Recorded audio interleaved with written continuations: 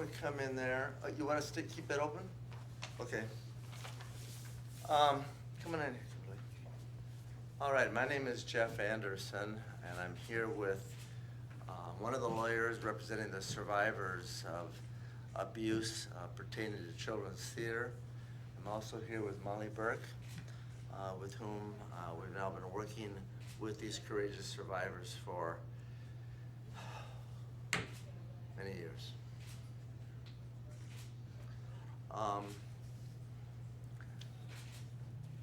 We are gratified that the litigation has come to an end through a resolution made with the Children's Theater and on particular on behalf of all the 16 survivors whom we represent who brought actions against CTC.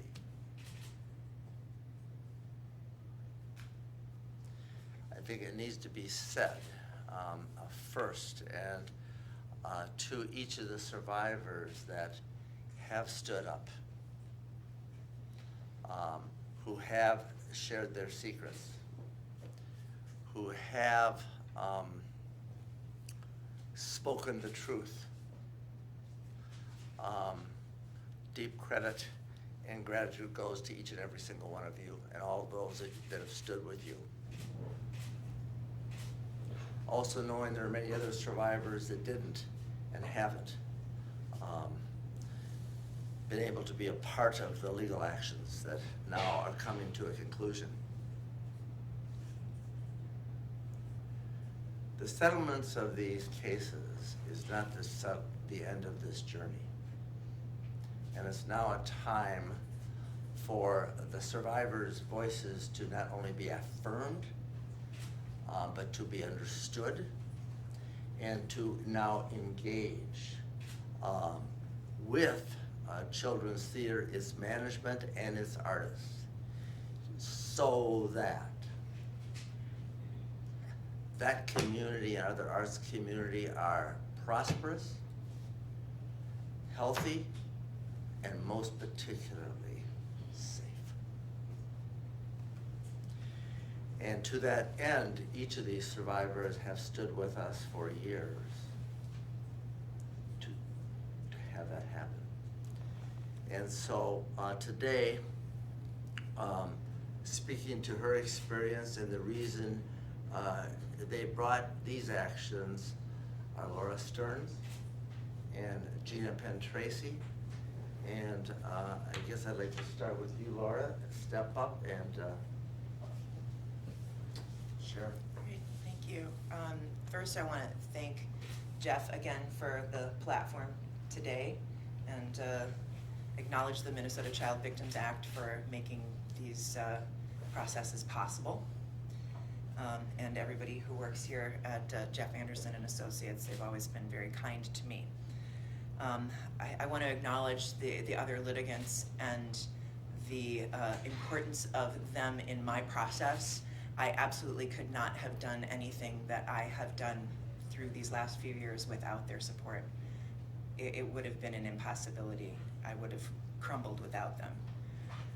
I also want to thank my family. This has been incredibly difficult for them. And I hope we all get to move forward into a place of peace. Standing with CTC survivors, this was a group of people who stood up and insisted that change happen in this culture, in this city, and they're all incredibly powerful group of people, and I'm really grateful for them and their voices. And also to the press and those of you who have stepped forward to help amplify this story. This is the reason that I chose to do this, was so that the truth would be told.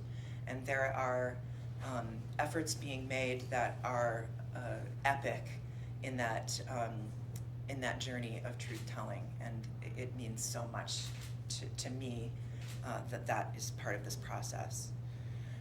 I am lifting the boycott against CTC as a demonstration of faith in the conversations that have taken place in the past couple of weeks. And I am willing to move forward with CTC in this process of mending bridges and attempting to rebuild trust within the theater community, as well as with the teaching artists. There is much work to be done, and I will work with you because of the respect that you have shown me and the clear attempts that you have made to be trauma-informed in our interactions. CTC has an opportunity to embrace their legacy of harm and turn it into a legacy of advocacy. I wish that it had been sooner. It is better late than never. And I'm hopeful that this mutual agreement will, to work together, will provide space for a multitude of damaged souls so that they can begin to find some peace. It's really hard to be happy in this moment because there is still so much pain in the alumni community and the survivor community. The damage to the survivors and the abuses suffered at CTC during the reign of John Clark Donahue run very deep. This is not a finish line. This is a hurdle in a long process of navigating the repercussions of the harms done to us. We are all in different places in our process, and everyone has the right to their anger and their hurt, as well as their relief, if that is how they feel. I would never tell someone that they don't get to have their feelings. For some, the fact that the building, the CTC building, that it even exists is an affront to their pain. They would rather take it apart brick by brick than to leave it standing as a shrine. I can understand that. It's difficult for me some days to even drive by it. But the fact is that the building does exist and that there are people inside that building who are willing to work and willing to attempt to make things better. I believe it is worth the risk of being wrong about this so that right actions have the potential to manifest growth and transformation. All I can do is what I feel is right for me and to speak my own truth, because that is the only thing I know for certain. The past 4 years have been by far the most difficult years of my life. I am a wounded human being. And some of the things that I've had to face during this legal process have cut me to the core. No survivor of sexual assault should have to endure the re-traumatization of a courtroom and the things that have been thrust upon me in this legal process. My perpetrator was able to leave this country with all of his assets, while I, his victim, was brought to my knees in a courtroom. Where is the justice in that? Jason McLean should be in jail. He should have had to stand in that courtroom and defend himself and not be allowed to squish his toes into the sands of the beaches of Mexico. His self-professed innocence would not have held up in a courtroom, which is why he fled. He stated recently that he had to leave this country because he couldn't afford to defend himself, when the reality was that he was able to go and purchase a multi-million-dollar property in Mexico. That is what the judicial system allowed. The statute of limitations on sexual crimes must be eliminated, as well as the option for the motion of taxation of cost in crimes against sexual assault survivors.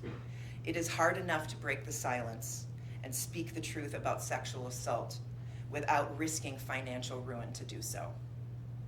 It is an understandable motion in the world of business, but it is a weapon when it is used against a sexual assault survivor, especially a survivor of childhood sexual assault. I find it hard to understand how any person could yield a weapon as this, such as this, in that fashion, and it makes me question how somebody could sleep at night who does so. I will bring these issues to the legislature to push the statute of limitations to be removed from the laws and the option for the taxation of costs to be removed from the rules of the courtroom. If my experience can serve as a catalyst to remove this option, the stress of having to face all of this would have been worth it. I move forward into a process now of healing, and I am not sure how this is gonna go. But I know that I have a lot of people supporting me, and I have a willing group of people to walk through this with, and that I am hopeful that this process will not be in vain, and that good things can happen because there are people who are willing to do hard work, and I'm willing to do that with them. Even if it's at risk of doing it wrong, I'm willing to make the wrong choice. I'm willing to make the wrong choice so that the possibility of right actions can take place.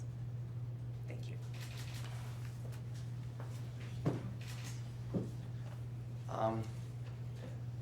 Laura Stearns stood with me, was it 4 years ago? Yeah, almost exactly. And the first of the survivors to have gone public and be out with her truth and some of the pain from the past and still evergreen in the present, then and to today, because that doesn't go away. And when she speaks today, she speaks on behalf of herself. But also a voice for survivors. And there are survivors among us with whom we're working that aren't here today. And in particular, because we're here also with executives from a children's theater, and for that reason have chosen not to be. And that is a choice that we both respect and honor. I think it deserves to be said that originally there were 16 cases. 7 were settled earlier. A number of offenders involved in them, and now the 9 remaining cases have been resolved. The economic terms of the settlement have been deemed to be by us confidential. Why is that so? Because that's not the story here. The amount of money paid is not the story here. The story here is that there has been and there remains a culture that did not hear, listen, or know, claim to know that there was a grave and serious problem. And so this is a time for reconciliation, and this is a time for reparation. This is a time for engagement with the survivors and those they choose to engage with at the Children's Theater. And to that end, the Executive Director of Children's Theater, Kimberly Motes, has been invited to this announcement to share some words and some thoughts about it. Kimberly. Thank you, Jeff. Good morning. Children's Theater is grateful to be part of announcing the conclusion of the legal process and that we've reached settlement agreements with all 16 survivors who filed civil lawsuits against the theater stemming from child sexual abuse by former employees in the 1970s and early 1980s. I wish to acknowledge the deep and continuing pain that such trauma causes, and our hope that these settlements will provide justice, healing, and reparation.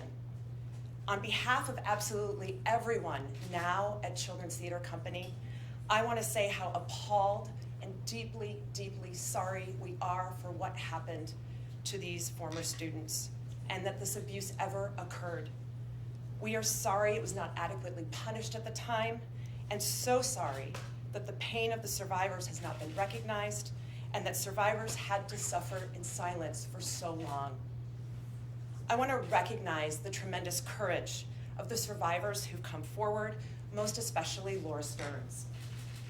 Your leadership, strength, and perseverance through this legal process has been remarkable, and you have helped get us to this point, and I thank you for inviting me to be part of this today.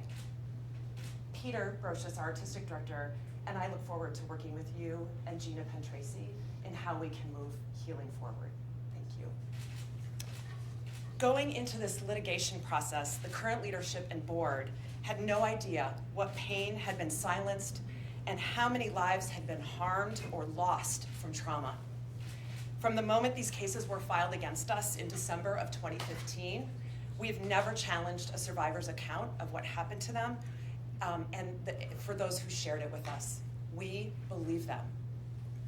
The legal process is difficult for everyone, most especially survivors of sexual abuse. We have tried, at times imperfectly, to be as respectful and compassionate as we possibly could throughout this long, complex process. It was much more complicated and took far longer than any of us wanted or expected. We realize that this is one moment in what we hope will be a longer healing process with the survivors for the whole of our community, past and present.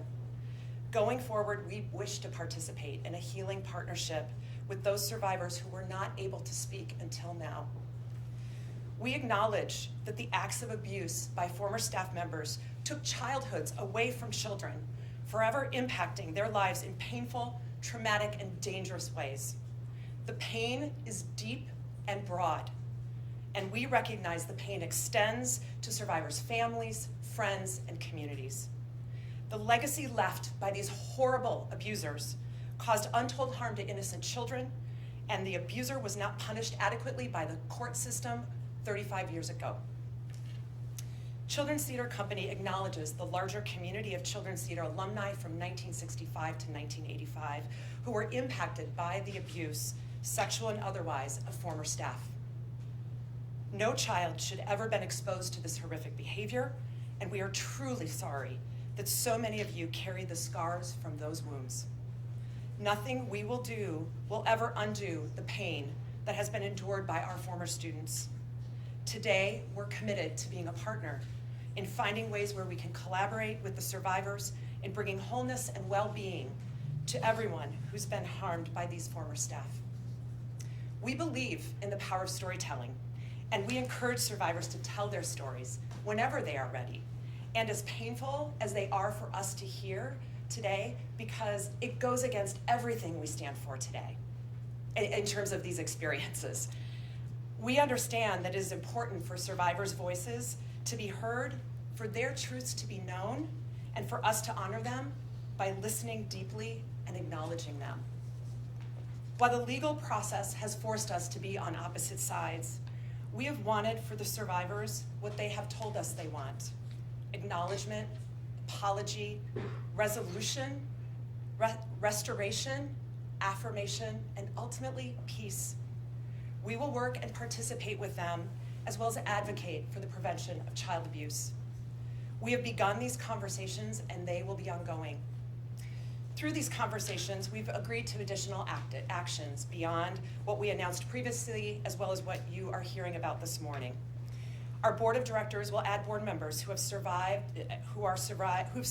sexual assault, so that we have their perspective on our governing board. While we know our adult youth engagement policies and everyday practices today and for the past 30 years are rigorous, as we live this core principle every day in our interactions with young people, we also believe this is an area where we can learn and continuously improve. We will be working with experts in child abuse prevention and trauma-informed practices to review our policies and practices to make them even stronger than they are today, and to increase the trauma-informed training efforts. Listening to survivors has reminded us that policies alone do not protect children. It is how they are practiced and lived every day. The survivors have also reinforced that a culture of ongoing awareness, openness, and vigilance is what keeps children safe. We wish to be an example to other organizations in the prevention of child abuse of all kinds, as well as share our work in this area more broadly with other theaters. Children's Theater Company today lives in the shadow of this legacy, yet we seek to overcome it every day. We will do that not by ignoring our past, but instead by confronting it, listening and apologizing sincerely and without reservation, seeking to make amends, and continuing the healing process in collaboration with the survivors. We pledge to work with the survivors to find the best way to turn this reprehensible legacy into something that can foster healing, recovery, advocacy, and growth. Thank you. I know it is the survivors' hope in each of them that there's not only affirmation of their truth in this settlement today and the process that has led to it and moving forward, but also that there's an ownership by the Children's Theater of the full past that has been. And to that end, I believe each of the survivors who have stood and spoken their truth have accomplished something very meaningful for this community and for the protection of other kids in the future. And to each of them, we're grateful. Standing with me here is another survivor who has been one that has brought action, and I'm not sure has been public before, but notwithstanding that, today stands here ready to share more about the journey, and that is Jina Penn-Tracy. Jina. Let's see. I might need my readers. Go ahead. Everybody else was smart enough to make these larger print.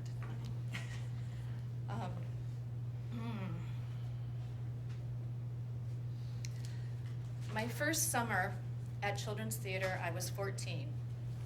I thought my dreams were coming true. Instead, that began a 3-year nightmare. My suit was filed against Children's Theater, Jason McLean, and John Clark Donahue, although I had many, many other perpetrators during those 3 years. Children's Theater of today would not exist if I had not been brutally silenced in 1984. It would not exist if the BCA had done a better job of working with traumatized and deeply groomed victims. It would not exist if the reality of 20+ perpetrators and over 100 victims had been known at the time. Today marks a point where Children's Theater is being held accountable for what happened to me there, and for that I'm grateful.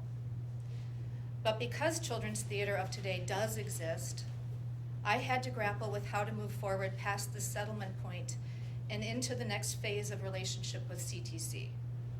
So for the past few weeks, I've worked hard with Kim Motes to have Children's Theater commit, and Laura, to have Children's Theater commit to a series of requests made by myself and other plaintiffs designed to ensure trauma-informed practices are implemented and room is made in the institutional memory for the painful truth of its past.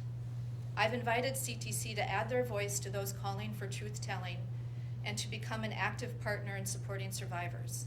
As you've heard, CTC has agreed to some of what was requested, and we are still discussing other things.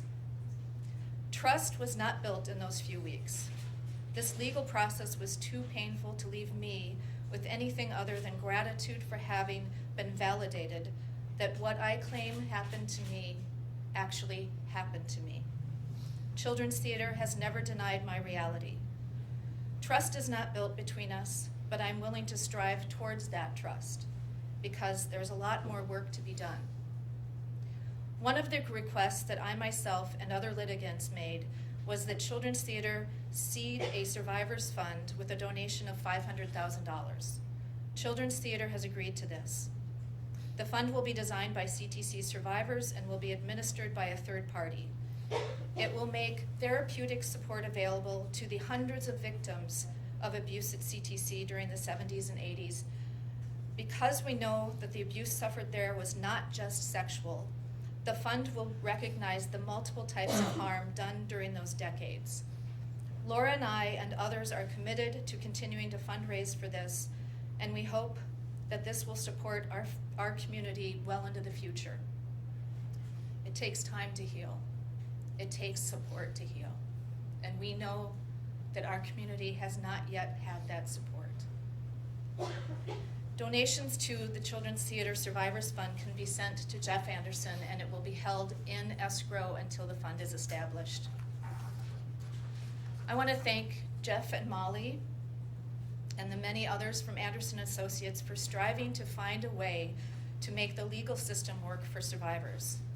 It is by its nature not a healthy place to work through pain or trauma, but it's a very, very important tool for forcing certain truths to come to light. I'm grateful you took my case and you heard my truth. I want to thank my family, especially my husband, who has been absolutely steadfast in me telling my truth and in me standing here to speak.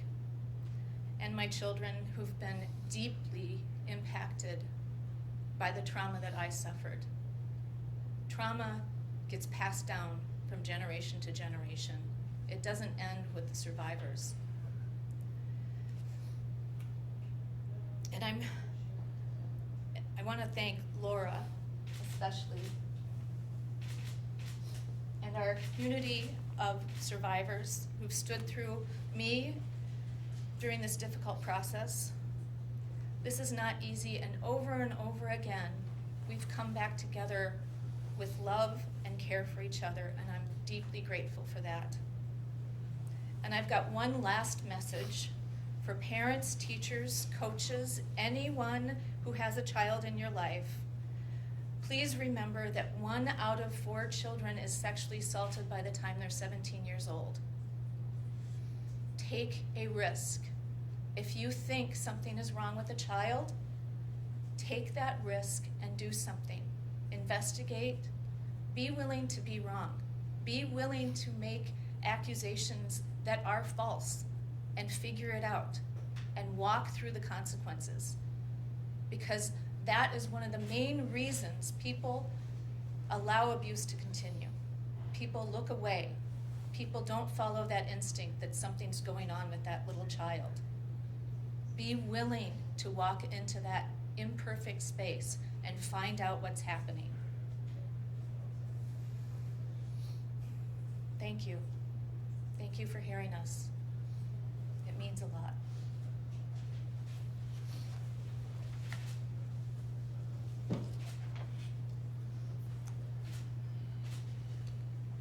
As a last note, I think it's really imperative that we all acknowledge and give credit to the courageous survivors for helping us to this point in time. And this point in time, in so many ways, is nowhere near an end, but rather a beginning of a better way, and hopefully a safer way. And it is and will be because of the courage of the survivors. And to those that stand with us today and speak, and those that have chosen to speak another day in another way, when they're ready, and each of them, we feel to you and each of the survivors who stand up for their truth every day, and in particular, those that have brought to bear a reckoning about the horrors of children's theater that they have shared, we express gratitude. And have to acknowledge the deep sorrow, the wounds and the pains that have been, that are, and will always be.